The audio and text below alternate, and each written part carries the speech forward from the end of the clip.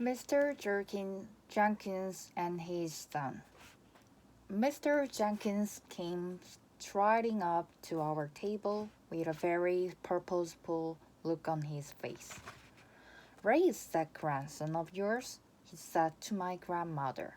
He spoke rudely and looked very angry. My grandmother put on her frowest look, but didn't answer him. "My guess is that he and my son Bruno are up to some devilment," Mr. Jenkins went on. "Bruno hasn't turned up for his supper, and it takes a lot to make that boy miss his food. I must admit he has a very healthy appetite," my grandmother said. "My feeling is that you are in on this as well," Mr. Jenkins said. "I don't know who the devil you are, and I don't much care, but you played a nasty trick on me and my wife this afternoon. You put a dirty little mouse on the table.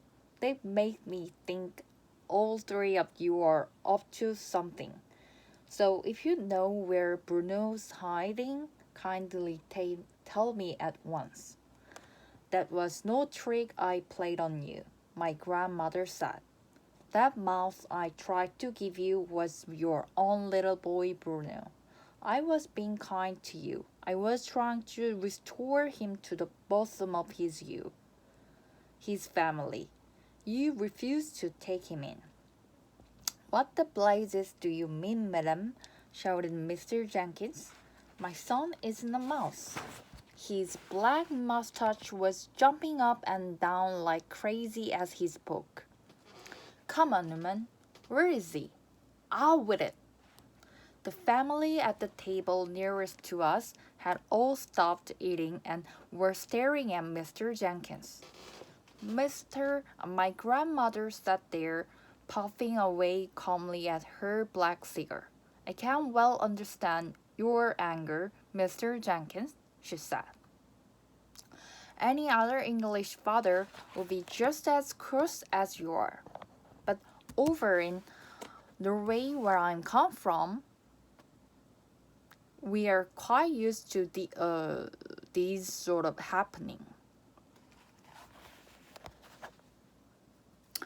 We have learned to accept them as part of everyday life." "You must be mad, woman," cried Mr. Jenkins. "Where is Bruno? If you don't tell me at once, I shall summon the police." "Bruno is a mouse," my grandmother said, calm as ever. "He most certainly is not a mouse," shouted Mr. Jenkins. "Oh, yes, I am," Bruno said, poking his head up out of the handbag. Mr. Jenkins leaped about 3 feet into the air. "Hello, Dad," Bruno said. He had a silly sort of mousy grin on his face. Mr. Jenkins' mouth dropped open so wide so I could see the gold fillings in his back teeth. "Don't worry, Dad," Bruno went on. It's not as bad as all that. Just so long as the cat doesn't get me." "Bruno," stammered Mr. Jenkins. "No more school," said Bruno, grinding a broad and asinine mouth grin. "No more homework. I shall live in the kitchen cupboard and feast on raisins and honey." But Bruno," stammered Mr. Jenkins again. "How did this happen? The poor man had no wind left in his sails at all." "Witches," my grandmother said. "The witches did it." "I can't have a mouse for a son," shrieked Mr. Jenkins. "You've got one," my grandmother said. "Be nice to him, Mr. Jenkins." "Mrs. Jenkins will go crazy," yelled Mr. Jenkins. "She can't stand them things." "She'll just have to get used to him," my grandmother said. "I hope you don't keep a cat in the house." We do," cried Mr. Jenkins. "Topsy is my wife's favorite creature." Then you will just have to get rid of Topsy, my grandmother said. Your son is more important than your cat. He certainly is, Bruno shouted from inside the bed. You tell Mom she got to get rid of Topsy before I go home. By now, half the dining room was watching our little group. Knives and forks and spoons had been put down, and all over the place's heads were turning round to stare at Mr. Jenkins as he stood there spluttering and shouting. They couldn't see either Bruno or me, and they were wondering what all the fuss was about. By the way, my grandmother said, would you like to know who did this to him? There was a mischievous little smile on her face, and I could see that she was about to get Mr. Jenkins into trouble. Who? He cried. Who did it? That woman over there, my grandmother said.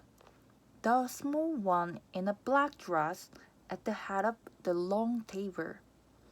She's our SPCC, cried Mr. Jenkins. She's the chairwoman. No, she's not, my grandmother said. She's the grand high witch of all the world. You mean she did it, that skinny little woman over there, shouted Mr. Jenkins, pointing at her with a long finger. By God, I will have my lawyers on to her for this. I will make her pay through the nose. I wouldn't do anything rash, my grandmother said to him. That woman has magic powers. She might decide to turn you into something even sillier than a mouse. A cockroach, perhaps. Turn me into a cockroach, shouted Mr. Jenkins, puffing out his chest. I'd like to see her try. He swung around and started marching across the dining room toward the Grand High Witch's table. My grandmother and I watched him. Bruno had jumped up onto our table and was also watching his father. Practically everyone in the dining room was watching Mr. Jenkins now. I stayed where I was, peeping out of my grandmother's handbag. I thought it might be wiser to stay put.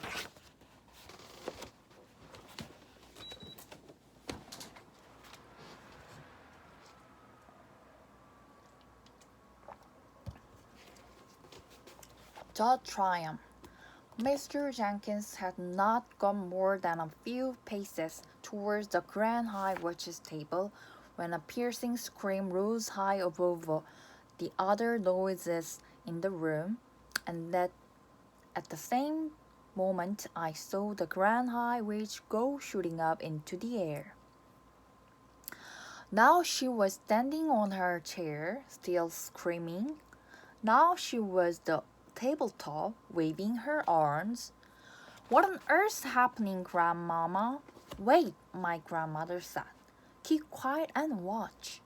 Suddenly all the other witches, more than 80 of them, were beginning to scream and jump up out of their seats as though spikes were being stuck into their bottoms. Some were standing on chairs, some were up on the tables, and all of them were wiggling about and waving their arms in the most extraordinary manner. Then all at once they became quiet. Then they stiffened. Every single witch stood there as stiff and silent as a corpse. The whole room became deathly still. They're shrinking, Grandmama, I said. They're shrinking just like I did. I know they are, my grandmother said. It's the mouse maker, I cried. Look, some of them are growing fur on their faces. Why is it working so quickly, Grandmama? I will tell you why, my grandmother said. Because all of them have had massive overdoses just like you. It's thrown the alarm clock right out of whack. Everyone in the dining room was standing up now to get a better view. People were moving closer. They were beginning to crowd round the 2 long tables. My grandmother lit Bruno and me up so that we wouldn't miss any of the fun. In her excitement, she jumped up onto her chair so that she could see over the heads of the crowd. In another few seconds, all the witches had completely disappeared, and the tops of the 2 long tables were swarming with small brown mice. All over the dining room, women were screaming and strong men were turning white in the face and shouting, "It's crazy, this can't be happened. This can't happen, let's get the heck out of here quick." Waiters were attacking the mice with chairs and wine bottles and anything else that came to hand. I saw a chap in a tall white hat rushing out from the kitchen, brandishing a frying pan, and another one just behind him was wielding a carving knife above his head, and everyone was yelling, "Mice, mice, mice, we must get rid of the mice." Only the children in the room were really enjoying it.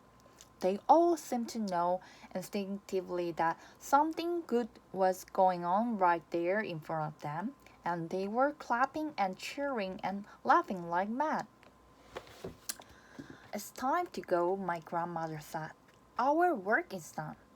She got down off her chair and picked up her handbag and slung it over her arm. She had me in her right hand and Bruno in her left.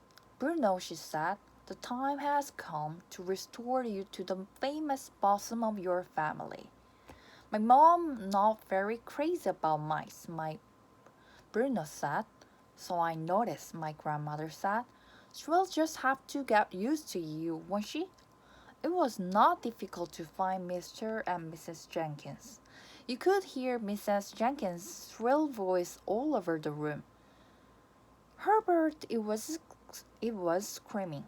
"Herbert, get me out of here. There's mice everywhere. They've got on my skirts." She had her arms high up around her husband, and from where I was she seemed to be swinging from his neck. My grandmother advanced upon them and thrust Bruno into Mr. Jenkins' hand. "Here's your little boy," she said. "He needs to go on a diet." "Hi, Dad," Bruno said. "Hi, Mom." Mrs. Jenkins screamed even louder. My grandmother, with me in her arm, turned and marched out of the room. She went straight across the hotel lobby and out through the front entrance into the open air.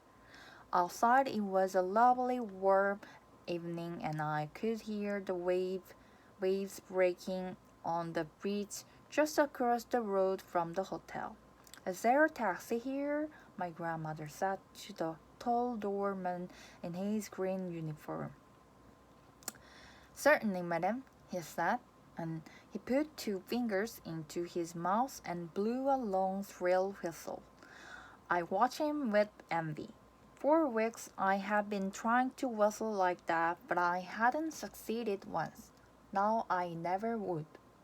The taxi came. The driver was an oldish man with a thick black dropping mustache. The mustache hung over his mouth like the roots of some plant. "Where to, madam?" he asked. Suddenly he caught sight of me, a little mouse, nestling in my grandmother's hand.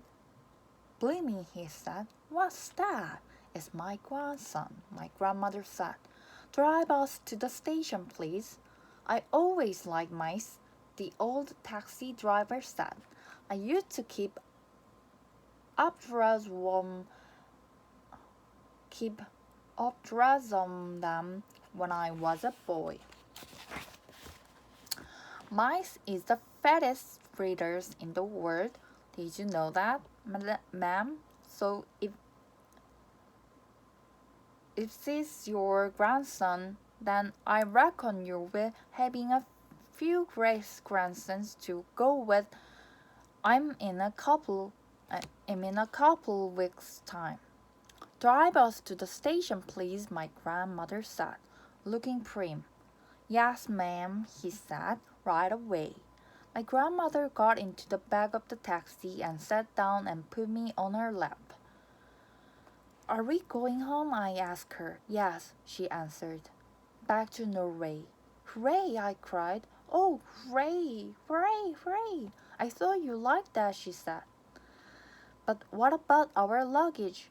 Who cares about luggage, she said. The taxi was driving through the streets of Bournemouth, and this was the time of day when the pavements were crowded with holidaymakers, all wandering about aimlessly with nothing to do. How are you feeling, my darling? My grandmother said. Fine, I said. Quiet, marvelous. She began stroking the fur on the back of my neck with one finger. We have accomplished great feats today, she said. It's been terrific, I said. Absolutely terrific.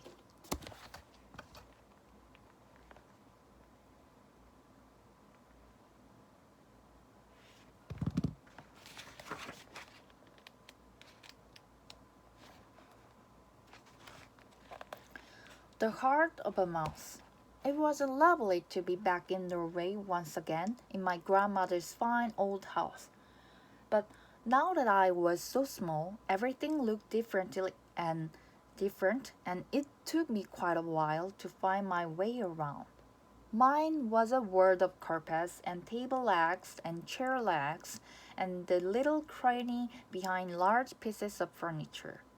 A closed door could not be opened and nothing could be reached that was on a table.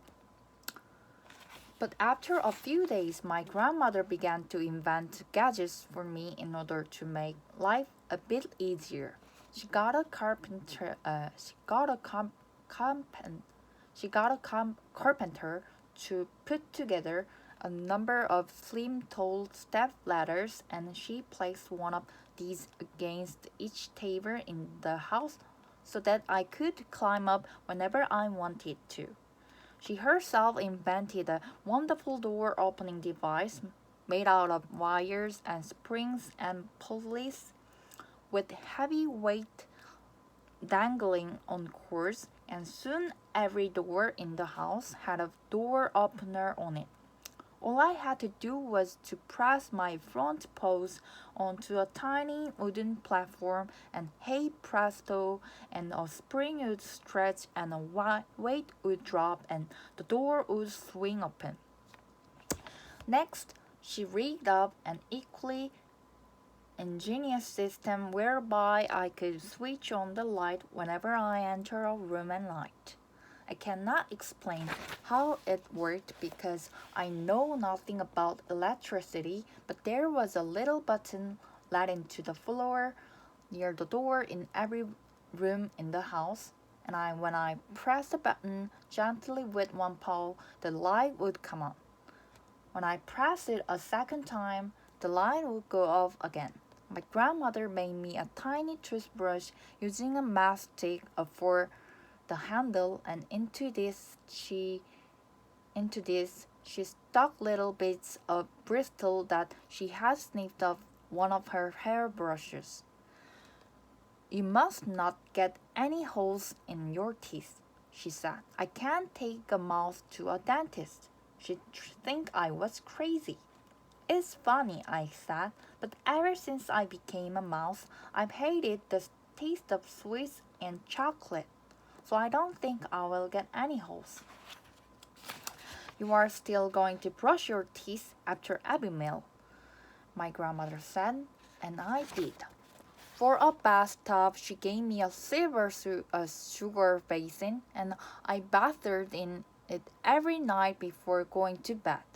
She allowed no one else into the house, not even a servant or a cook. She kept entirely to ourselves, and we were very happy in each other's company. One evening, as I lay on my grandmother's lap in front of the fire, she said to me, I wonder what happened to that little Bruno. I wouldn't be surprised if his father gave in to the hall porter to drown in the fire bucket, I answered. I'm afraid you may be right, my grandmother said. The poor little thing. We were silent for a few minutes, my grandmother puffing away at her black cigar while I dozed comfortably in the warmth. Can I ask you something, Grandmama? I said. Ask me anything you like, my darling. How long does a mouse live? She said. I've been waiting for you to ask me that. There was a silence. She sat there smoking away and gazing at the fire. Well, I said, how long do we live as mice? I have been reading about mice, she said. I have been trying to find out everything I can about them.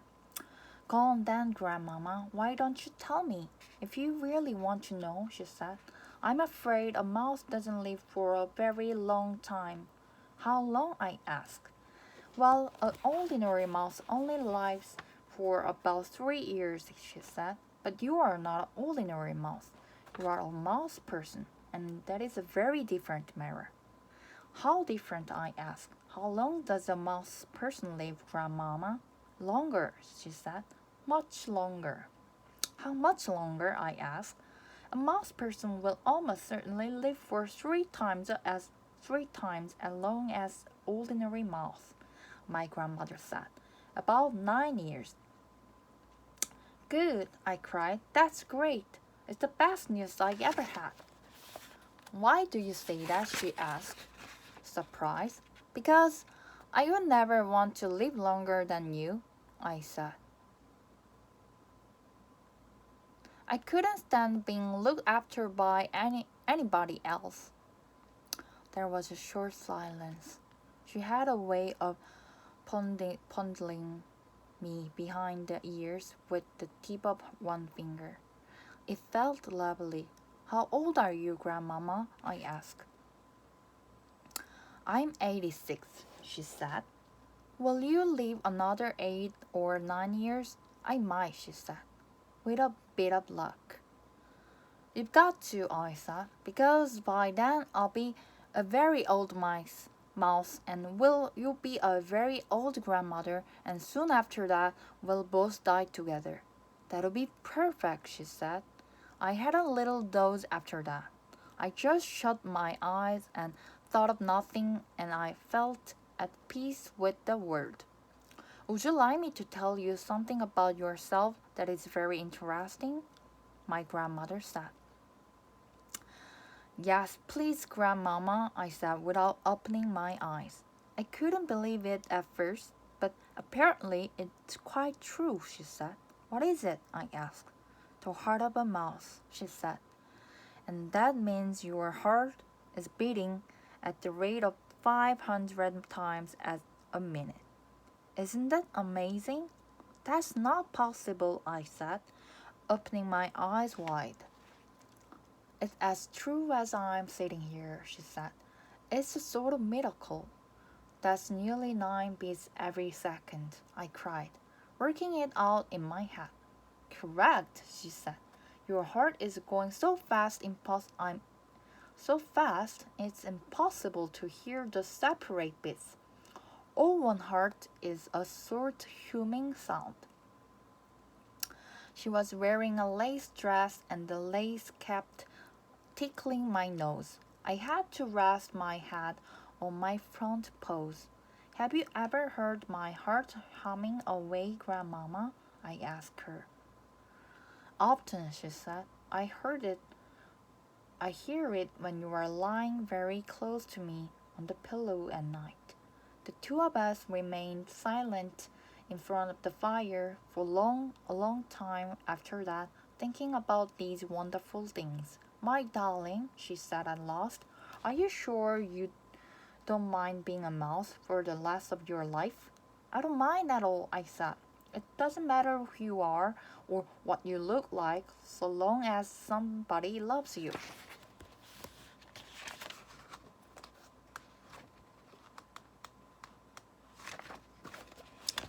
Is off to work we go.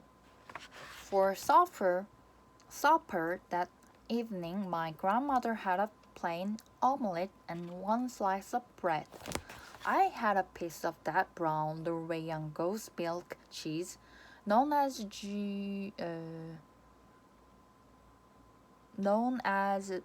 something which I had loved even when I was a boy. We ate in front of the fire, my grandmother in her armchair and me on the table with my cheese on a small plate. Grandmama, I said, now that we have done away with the Grand High Witch, will all the other witches in the world gradually disappear? I'm quite sure they won't, she answered. I stopped chewing and stared at her. But they must, I cried. Surely they must. I'm afraid not, she said. But if she's not there any longer, how are they going to get all the money they need? And who is going to give them orders and jazz of them at the annual meetings and invent all their magic formulas for them? When a queen bee dies, there is always another queen in the hive ready to take her place, my grandmother said. It's the same with witches. In the great headquarters where the Grand High Witch lives, there is always another Grand High Witch waiting in the wings to take over should anything happen. Oh no, I cried. That means everything we did was for nothing. Have I become a mouse for nothing at all? We saved the children of England, she said. I don't call them nothing. I know, I cried. But that's not nearly good enough. I felt sure that all the witches of the world would slowly fade away after we had got rid of their leader. Now you tell me that everything is going to go on just the same as before. Not exactly as before, my grandmother said. For instance, there are no longer any witches in England. That's quite a triumph, isn't it? But what about the rest of the world? I cried. What about America and France and Holland and Germany? And what about Norway? You must not think I have been sitting back and doing nothing these last few days, she said. I have been giving a great deal of thought and time to that particular problem. I was looking up at her face when she said this, and all at once I noticed that a little secret smile was beginning to spread slowly around her eyes and the corners of her mouth. Why are you smiling, Grandmama? I asked her. I have some rather interesting news for you, she said. What news? Shall I tell it to you right from the beginning? Yes, please, I said. I like good news. She had finished her omelette, and I had had enough of my cheese. She wiped her lips and with a napkin and said, as soon as we arrived back in Norway, I picked up the telephone and made a call to England. Who's in England, Grandmama? To the chief of police in Bournemouth, my darling. I told him I was the chief of police for the whole of Norway and that I was interested in the peculiar happenings that had taken place recently in the Hotel Magnificent. Now hang on a sec, Grandmama, I said. There's no way an English policeman is going to believe that you are the head of the Norwegian police. I am very good at imitating a man's voice, she said. Of course he believed me. The policeman in Bournemouth was honored to get a call from the chief of police for a whole of Norway. So what did you ask him? I asked him for the name and an address of the lady who had been living in room 454 in the Hotel Magnificent, the one who disappeared. You mean the Grand High Witch? I cried. Yes, my darling. And did he give it to you? Naturally, he gave it to me. One policeman will always help another policeman. By golly, you got a nerve. Grandmama, I wanted her address, my grandmother said. But did he know her address? He did, indeed. They had found her passport in her room and her address was in it. It was also in the hotel register. Everyone who stayed in a hotel has to put a name and address in the book. But surely the Grand High Witch wouldn't have put her real name and address in the hotel register, I said. Why ever not? My grandmother said. Nobody in the world had the faintest idea who she was except the other witches. Wherever she went, people simply knew her as a nice lady. You, my darling, and you alone were the only non-witch ever to see her with her mask off. Even in her home district, in the village where she lived, people knew her as a kindly and very wealthy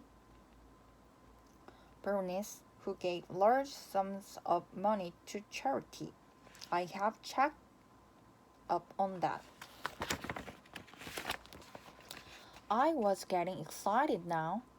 And that address you got, Grandmama, that must have been the secret headquarters of the Grand High Witch. It still is, Grandmother said. And that will be where the new Grand High Witch is certain to be living at this very moment with her retinue of special assistant witches. Important rulers are always surrounded by a large retinue of assistants. Where is our headquarters, Grandmama? I cried. Tell me quick where it is. It's a castle, my grandmother said. And the fascinating thing is that in that castle will be all the names and addresses of all witches in the world. How else could a Grand High Witch run her business? How else could she summon the witches of the various countries to their annual meetings? Where is the castle, Grandmama? I cried impatiently. Which country? Tell me quick. Cass, she said. Norway, I cried. Why, first name, she answered. High up in the mountains above a small village. This was thrilling news. I did a little dance of excitement on the tabletop. My grandmother was getting pretty worked up herself, and now she heaved herself out of her chair and began pacing up and down the room, thumping the carpet with her stick. So we have work to do, you and I, she cried out. We have a great task ahead of us. Thank heavens you are a mouse. A mouse can go anywhere. All I have to do is put you down somewhere near the Grand High Witch's castle, and you will very easily be able to get inside it and creep around looking and listening to your heart's content. I will, I answered. No one will ever see me. Moving about in a big castle will be child's play compared with going into a crowded kitchen full of cooks and waiters. You could spend days in there if necessary, my grandmother cried. In her excitement, she was waving her stick all over the place, and suddenly she knocked over a tall and very beautiful vase that went crashing onto the floor and smashed it into a million pieces. Forget it, she said. It's only Ming. You could spend weeks in that castle if you wanted to, and they'd never know you were there. I myself would get a room in the village, and you could sneak out of this castle and have supper with me every night and tell me what was going on. I could, I cried out. And inside the castle, I could go snooping around simply everywhere. But your main job, of course, my grandmother said, would be to destroy every witch in the place. That really would be the end of the whole organization. Me destroy them? I cried. How could I do that? Can't you guess? She said. Tell me, I said. Mouse maker. My grandmother shouted. Formula 86 delayed action mouse maker all over again. You will feed it to everyone in the castle by putting drops of it into their food. You do remember the recipe, don't you? Every bit of it, I answered. You mean we're going to make it ourselves? Why not? She cried. If they can make it, so can we. It's just a question of knowing what goes into it. Who's going to climb up the tall trees to get the Gruntel's axe? I asked her. I will, she cried. I will do it myself. There's plenty of life in this old dog yet. I think I'd better do that part of it, Grandmama. You might come a cropper. Those are just details, she cried, waving her stick again. We shall let nothing stand in our way. And what happens after that? I asked her. After the new Grand High Witch and everyone else in the castle have been turned into mice. Then the castle will be completely empty and I shall come in and join you and... Wait, I cried. Hold on, Grandmama. I've just had a nasty thought. What nasty thought? She said. When a mouse maker turned me into a mouse, I said, I didn't become just any old ordinary mouse that you catch with mouse traps. I became a talking, thinking, intelligent mouse person who wouldn't go near a mouse trap. My grandmother stopped that in her tracks. She already knew what was coming next. Therefore, I went on, if you use the mouse maker to turn new Grand High Witch and all the other witches in the castle into mice, the whole place will be swarming with very clever, very nasty, very dangerous, talking, thinking mouse witches. They'll all be witches in mouse's clothing, and that, I added, could be very horrible indeed. By golly, you're right, she cried. That never occurred to me. I couldn't possibly take on a castle of mouse witches, I said. Nor could I, she said. They'll have to be got rid of at once. They have to be smashed and bashed and chopped up into little pieces exactly as they were in the Hotel Magnificent. I'm not doing that, I said. I couldn't anyway. I don't think you could either, Grandmama. And mouse traps wouldn't be the slightest to use. By the way, I added, the Grand High Witch who did me in was wrong about mouse traps, wasn't she? Yes, Grandmother said impatiently. But I'm not concerned with that Grand High Witch. She's been chopped up long ago by the hotel shop. It's the new Grand High Witch we've got to deal with now. The one up in the castle. And all her assistants. A Grand High Witch is bad enough when she disguises as a lady, but just think of what she could do if she were a mouse. She could go anywhere. I got it, I shouted, leaping about a foot in the air. I've got the answer. Tell me, my grandmother snapped. The answer is cats, I shouted. Bring on the cats. My grandmother stared at me. Then a great grin spread over her face and she shouted, It's brilliant, absolutely brilliant. Shove half a dozen cats into that castle, I cried, and they'll kill every mouse in the place in 5 minutes. I don't care how clever they are. You are a magician, my grandmother shouted, stirring to wave her stick about once again. Look out for the faces, Grandmama. To heck with the faces, she shouted. I'm so thrilled I don't care if I break the lot. Just one thing, I said. You got to make absolutely sure I'm well out of the way myself before you put the cats in. That's a promise, she said.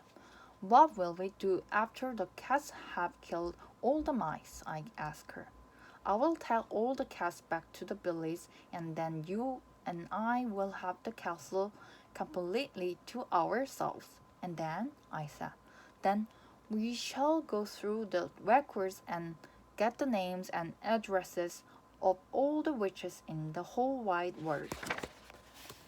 And after that, I said, quivering with excitement, after that, my darling, the great task of all will begin for you and me.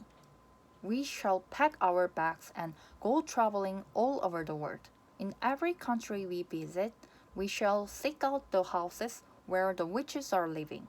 We shall find each house one by one, and having found it, you will creep inside and leave your little drops of deadly mouse maker in the bread, or the cornflakes, or the rice pudding, or whatever food you see lying about. It'll be a triumph, my darling, a colossal, unbeatable triumph. We shall do it entirely by ourselves, just you and me. That'll be our work for the rest of our lives. My grandmother picked me off the table and kissed me on the nose. Oh, my goodness me. We were going to be busy these next few weeks and months and years, she cried. I think we are, I said. But what fun and excitement it's going to be. You can say that again, my grandmother cried, giving me another kiss. I can't wait to get started. Finish.